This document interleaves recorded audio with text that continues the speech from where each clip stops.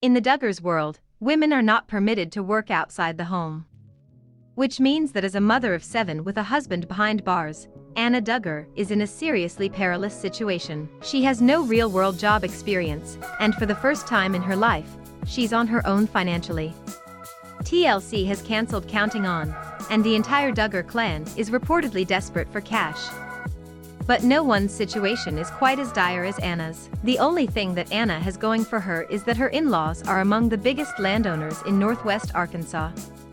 And hopefully, shady Duggar real estate deals will be enough to keep her afloat while her husband is locked up. Unfortunately, it seems that Anna isn't quite as adept as her father-in-law when it comes to turning land into profit. According to a new report from UK tabloid The Sun, Anna and Josh put their house up for sale back in 2020. The couple appears to have made the decision to sell shortly after the car dealership owned by Josh was raided by federal authorities. It took Josh and Anna over a year to sell the place, and it went for much lower than they were expecting. Documents obtained by The Sun indicate that Josh and Anna listed their home for $799,000. The place eventually sold for $450,000. The Duggars were the very definition of motivated sellers, as they closed the deal just weeks before Josh's CP trial began.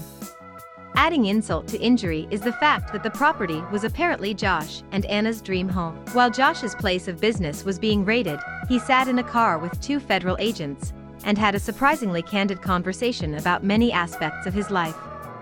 This was the conversation in which he infamously discussed the Wi-Fi setup in his office, unintentionally revealing that he had put a lot of thought into the configuration. One of the topics Josh discussed with the agents was the massive remodeling project he and Anna had recently undertaken. "We're in the process of remodeling. I got a big project up there. It's 8,000 square feet," Josh told the agents, as though they were besties bonding over brewskis. "So we spend some time there, sometimes at my parents' place as well.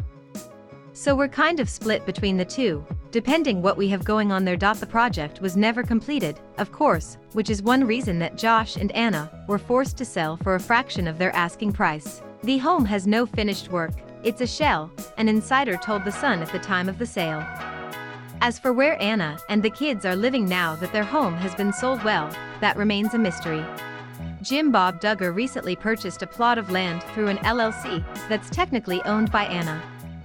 But there's only a small trailer on the property, and it looks as though Anna was only dragged into the deal so that Jim Bob could hide yet another asset from the federal government. So the likeliest scenario is that Anna and her young guns have taken up residence with Jim Bob and Michelle in the infamous Duggar compound. We're sure it's not where she imagined herself at this point in her life, but it beats living on the streets.